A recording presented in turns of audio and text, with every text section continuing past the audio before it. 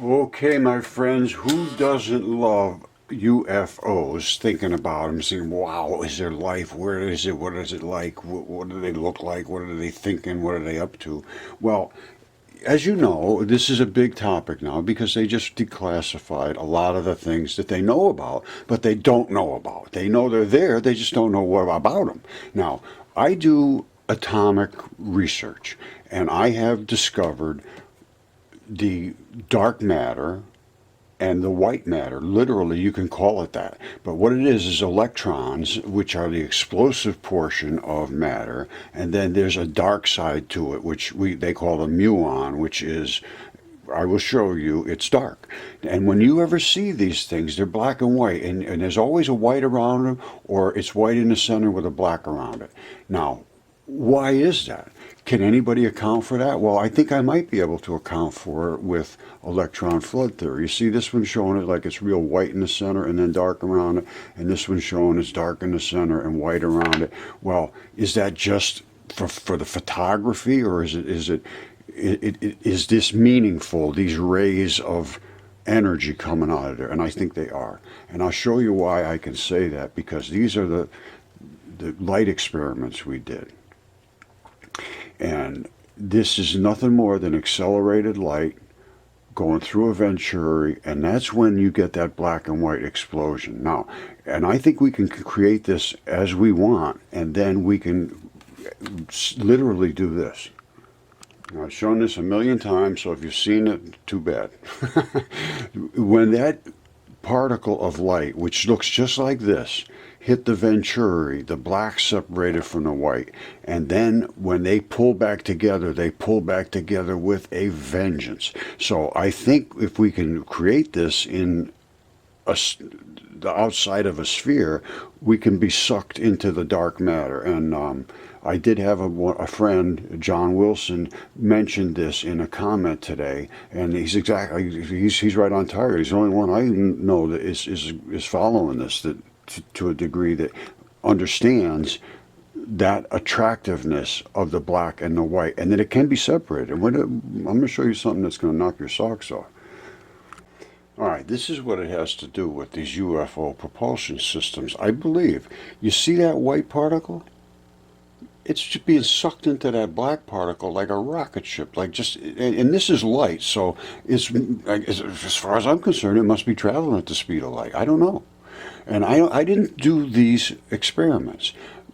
Rod Warren and his nephew, Dylan, are the ones that are doing the experiments. I stay out of that. That's not my realm. My realm is atomic flood theory, electron flood theory.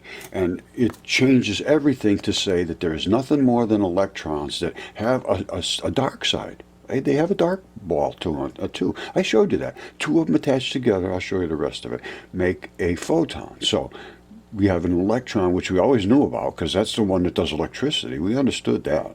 But we never knew that there was a dark side. They always, where's the dark matter? Where's the dark matter? Well, it's just stuck to the electron.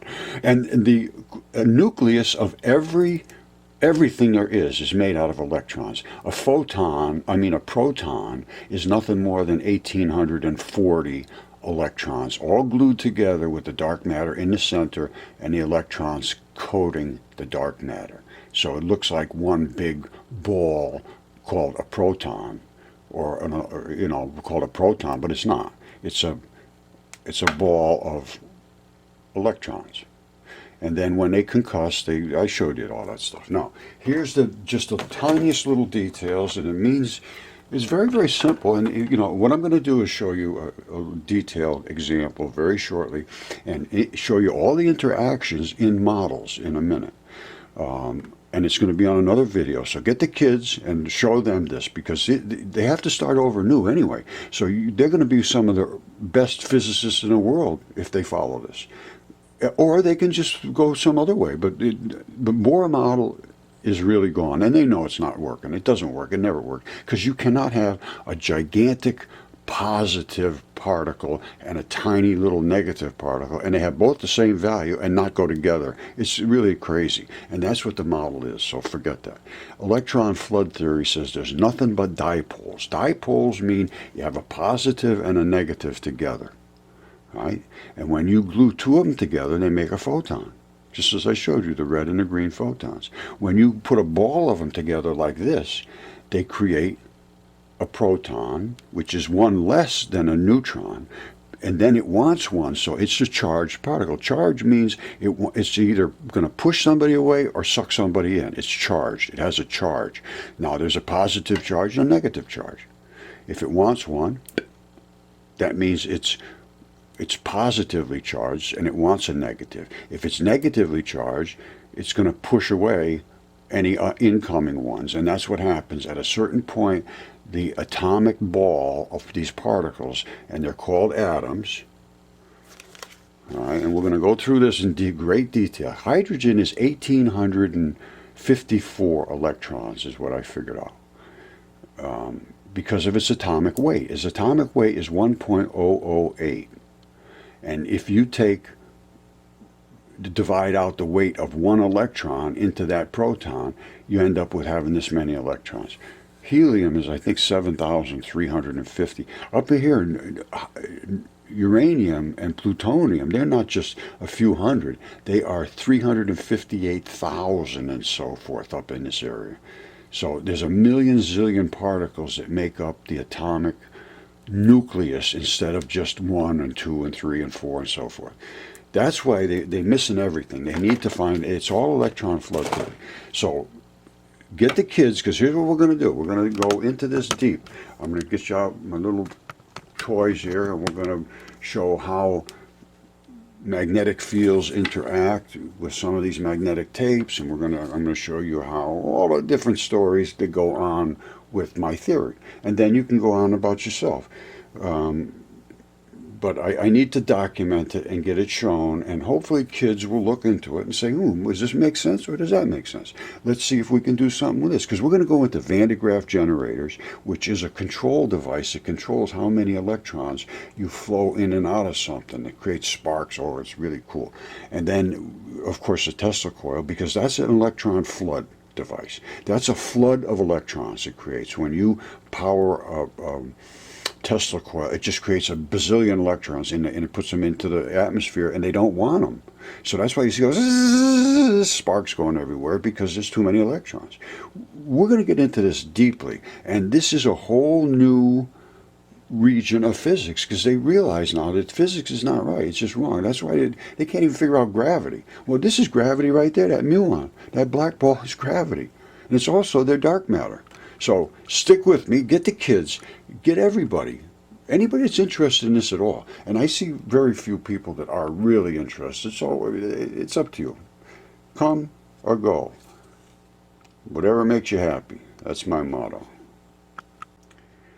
So you say, okay, Roger, what does that have to do with UFOs? Well, UFOs are doing some incredibly insane things instantaneously. Well, what could possibly do that? This could possibly do it. And let me show you something. Just so you know, we're dealing with the speed of light. And these are muon and electron neutrinos. And basically, it is one of these. All right? But when they're in a photon, it looks like this. This is an electron. So if you just had an electron, which is an aggressive particle, it wants to smash into you and incorporate into you, or at least stick to you and finally get to ground. It wants to incorporate with something that will accept it. Now, this wants to bounce off you because it's already complete. This is a photon. So coming in, you have the black ball, the muon, and the white ball. But there's two of them back to back if it's a photon. When it explodes, and there are always going to be photons, basically, you're going to have electrons flowing through the air, but that's going to be lightning and static and all of that electric discharge, Tesla coil, where it's nothing but electrons, because they're not attached into photons. It's different emanation of particles. These are bigger particles. These are the ones that'll kill you, because they want to go right through you. These will bounce off you. Now, when they hit something that is concussive, you get the white showers and you get the black balls. And I showed that pretty significantly, I'm sure. I hope I did. And this is what it looks like. And these are the energy potentials. The forward-leading glowy one just starts to glow more and more as it concusses. And then they wobble and spin, and they know all this stuff. They call it the spin, and now they're calling it the wobble, the muon wobble, and all kinds of things.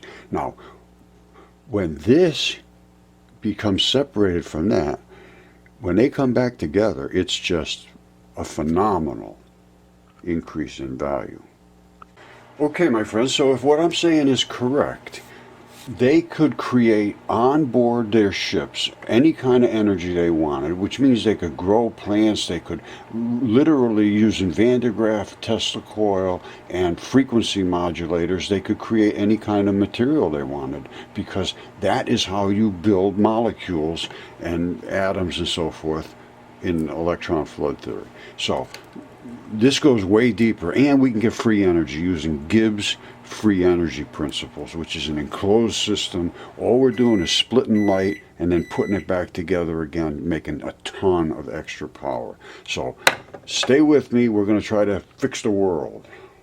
Okay, they've been paying attention to what I've been showing, because I've been showing it for 6 years. This just came out a few days ago. Dark matter findings suggest Einstein's theory to relativity may be wrong, and they're absolutely wrong.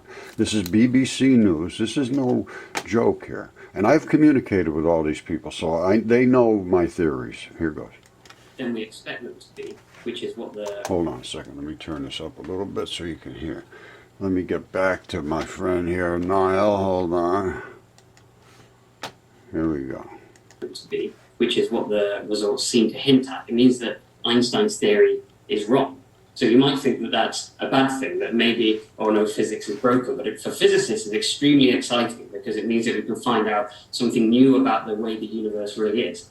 Building on the work of Einstein, Carlos Frenk was among a group of scientists that developed the current model of cosmology. Hearing now that there may be something not quite right with the theory, well, it's very disconcerting, it's very alarming, and in a way frightening to see that maybe my whole life's work might crumble in front of me. But at the same time, it is immensely exciting. Astronomers believe that we are at the start of a new revolution in cosmology that will give us a fuller understanding of how the universe began. All right, what we really have to understand is a better understanding of the makeup of chemistry, which makes up all the atoms, which make up all of the molecules, which make up all of the universe. And all of the attractiveness is related to this dark and white particle separation. So we're going to get in deep, and I mean deep, because everything's new. And it, just like this guy said, my whole life I did this, but I realized I was wrong. And thank God for people like that can step up and say that, because he's one of the rarest ones I've seen. And the young guy there, he says, yeah, this is exciting. Well, it's a threshold that we have just stepped over, where you can now say these things and not be put in the woods. Because just a couple of years ago, if he'd have come out and said, yeah, Einstein's wrong, you never hear from him again. So now it's turned the corner, thank God.